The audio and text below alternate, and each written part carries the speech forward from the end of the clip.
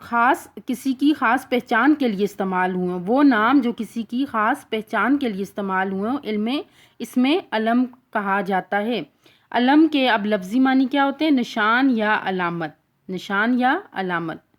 اب دیکھیں وہ خاص نام جو کسی شخص کی پہچان کے لیے استعمال ہو کیا کہلاتا ہے؟ اسم علم۔ مزید اس کی وضاحت دیکھیں بیٹا۔ اسم علم، علم کے لغوی معنی علامت اور نشان کے ہیں، ٹھیک ہے؟ علم کے لغوی معنی کیا ہیں؟ علامت اور نشان کے، ٹھیک ہے؟ علامت اور نشان کے۔ کیسے؟ گرامر کی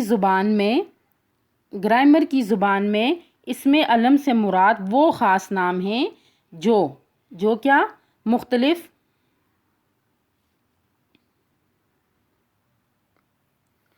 بیٹا دیکھیں اسم علم کے لغوی معنی علامت اور نشان کے ہیں، ٹھیک ہے؟ کس کے ہیں؟ علامت اور نشان کے۔ تو گرامر کی زبان میں اسم علم سے مراد کیا ہے؟ اسم علم سے مراد وہ خاص نام جو مختلف اشخاص کی پہچان، مختلف اشخاص، شخص کی جمع، کس کی جمع؟ شخص کی، مختلف اشخاص کی پہچان کے لیے بولے جاتے ہیں، ٹھیک ہے؟ مختلف اشخاص کی پہچان کے لیے بولے جاتے ہیں اور مختلف اشخاص کس کی جمع؟ شخص کی پہچان کے لیے علامت کا کام دیتے ہیں، یعنی علامت کے طور پہ بولے جاتے ہیں، ان کی پہچان کے لیے بولے جاتے ہیں، ٹھیک ہے؟ کیسے؟ جیسے دیکھیں قائد اعظم جو ہیں کیا ہیں؟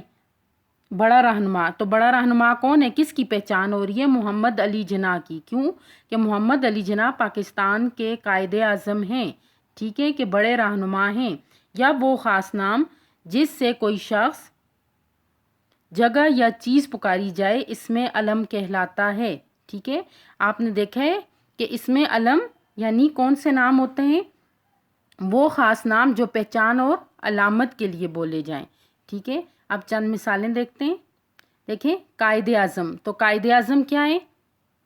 قائد اعظم محمد علی جناح جو ہیں ان کے لیے بولا جاتا ہے، ٹھیک ہے؟ محمد علی جناح کے لیے، ٹھیک ہے؟ کہ بڑے رہنما کون ہیں؟ محمد علی جناح، ٹھیک ہے؟ اسی طرح ابن مریم دیکھیں حضرت عیسیٰ علیہ السلام کے لیے، ابن مریم کون ہے؟ حضرت عیسیٰ علیہ السلام کے لیے بولا جاتا ہے، ابن مریم حضرت عیسیٰ علیہ السلام کے لیے۔ اب دیکھیں مادر ملت کس کو؟ قائد اعظم محمد علی جناح کی جو بہن تھیں فاطمہ جناح، جنہوں نے پاکستان کی خواتین کی رہنمائی کی، ان کو مادر ملت کہا جاتا ہے۔ ان کو کیا ان کی پہچان ہے؟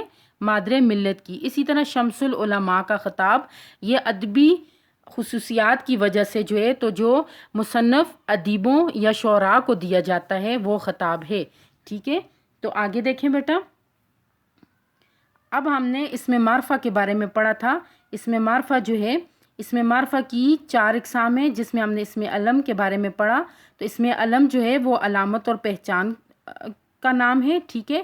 اور اسی طرح ہم نے اسم علم کی چند مثالیں بھی دیکھیں۔ تو اب ہم اسم علم کی اقسام دیکھیں گے۔ تو بیٹا اسم علم کی اقسام کون کون سی ہیں؟ اسم علم کی اقسام ہے: نمبر 1 خطاب، نمبر 2 لقب، نمبر 3 تخلص، نمبر 4 عرف، نمبر 5 کنیت، ٹھیک ہے؟ تو یہ اسم علم کی کتنی اقسام ہوئی؟ 5۔ اسم علم کی کتنی اقسام ہوئی؟ 5۔ خطاب، لقب، تخلص، عرف، کنیت، ٹھیک ہے؟ تو اسم علم کی کتنی اقسام ہیں؟ 5۔ کون کون سی؟ خطاب، لقب، تخلص، عرف اور کنیت، ٹھیک ہے؟ تو آج ہم کس کے بارے میں پڑھیں گے؟ آج ہم صرف خطاب کے بارے میں پڑھیں گے، ٹھیک ہے؟ تو خطاب کے بارے میں دیکھیں۔ خطاب وہ خاص نام، کون سا؟ یعنی وہ خاص نام جو کسی شخص کو اس کی علمی و ادبی خدمات کی بنا پر، کس کی بنا پر؟ علمی و ادبی خدمات یا کسی اور سلسلے میں حکومت کی طرف سے دیا جائے۔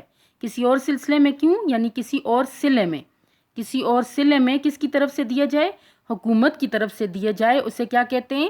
خطاب۔ اسے کیا کہتے ہیں؟ خطاب یا اعزاز، اسے اعزاز بھی کہتے ہیں۔ کیا کہتے ہیں؟ خطاب۔ کیا کہلاتا ہے وہ؟ خطاب۔ کون خطاب کسے کہتے ہیں؟ یعنی وہ خاص نام جو کسی شخص کو اس کے علمی و ادبی خدمات یا کسی اور صلے میں حکومت کی طرف سے جو خطاب دیا جاتا ہے، جو علامت دی جاتی ہے، جو پہچان کی جاتی ہے، وہ کیا ہے؟ خطاب ہے، ٹھیک ہے؟ آگے دیکھیں خطاب کی چند مثالیں دیکھیں۔ خطاب کے استعمال کے چند نمونے دیکھیں، ٹھیک ہے؟ تو بیٹا دیکھیں،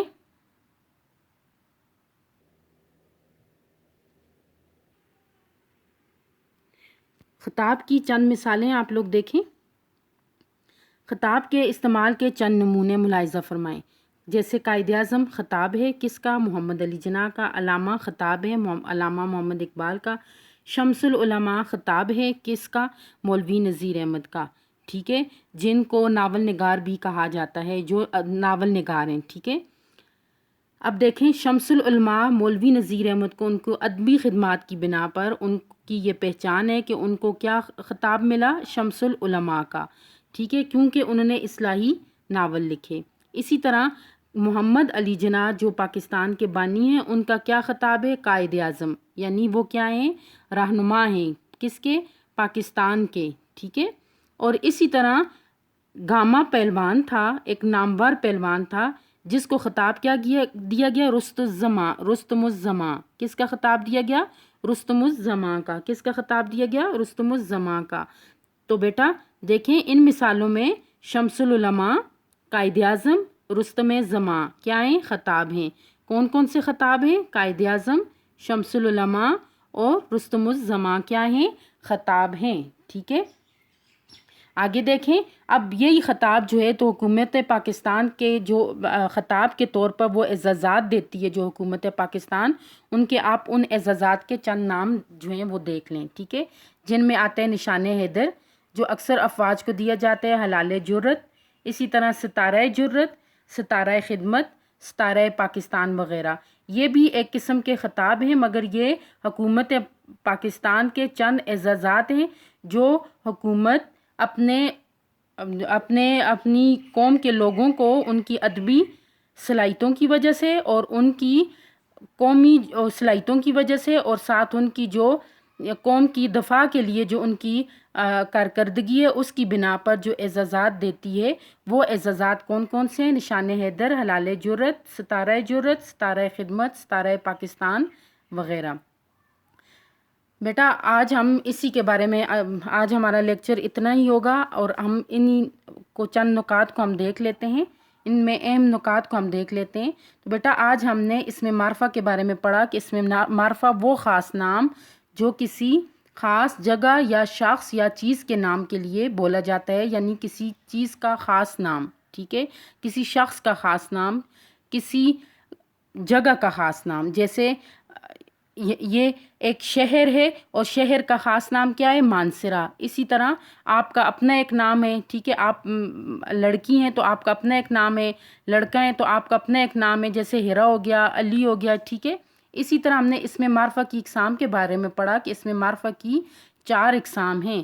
کون کون سی؟ اسم علم، اسم موصول، اسم اشارہ اور اسم ضمیر کے بارے میں، ٹھیک ہے، ہم نے جانا۔ اور اسم علم کیا ہے؟ اسم علم یعنی علامت اور نشان کو کہتے ہیں، گرامر کی روح سے وہ خاص، یعنی وہ خاص پہچان، کسی بھی شخص کی خاص پہچان یا علامت، ٹھیک ہے۔ تو اسم علم کی اقسام کے بارے میں ہم نے پڑھا، تو اسم علم کی کتنی اقسام ہیں؟ 5۔ کون کون سی؟ خطاب، لقب، کنیت، عرف اور تخلص، ٹھیک ہے۔ اور اسی طرح ہم نے خطاب کے بارے میں پڑھا، تو خطاب کسے کہتے ہیں کہ خطاب جب کوئی بھی حکومت جو ہے وہ اپنی عوام کو یا کسی خاص شخص کو اس کی علمی و ادبی خدمات یا کسی اور صلے میں، اس کی علمی و ادبی خدمات یا کسی اور صلے میں حکومت کی طرف سے جو خاص پہچان یا علامت دی جاتی ہے، اسے کیا کہتے ہیں؟ خطاب کہتے ہیں۔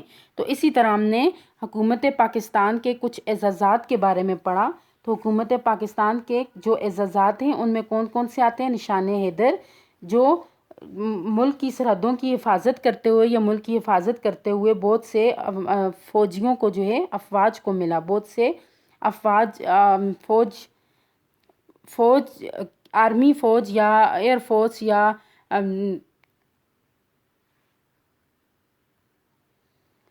یعنی ہماری افواج کو ملا، وہ فوجی جو حکومت کی طرف سے ان کو کچھ خدمات کی صلے میں اعزازات ملے، جن میں نشان حیدر بھی آتا ہے اور اسی طرح ادبی صلاحیتوں کی وجہ سے اور ادبی خدمات کی وجہ سے جو اعزازات ملے، ان میں حلال جرت، ستارہ جرت، ستارہ خدمت اور اسی طرح ستارہ امتیاز یا تمغہ پاکستان جو ہے ان سے نوازا گیا۔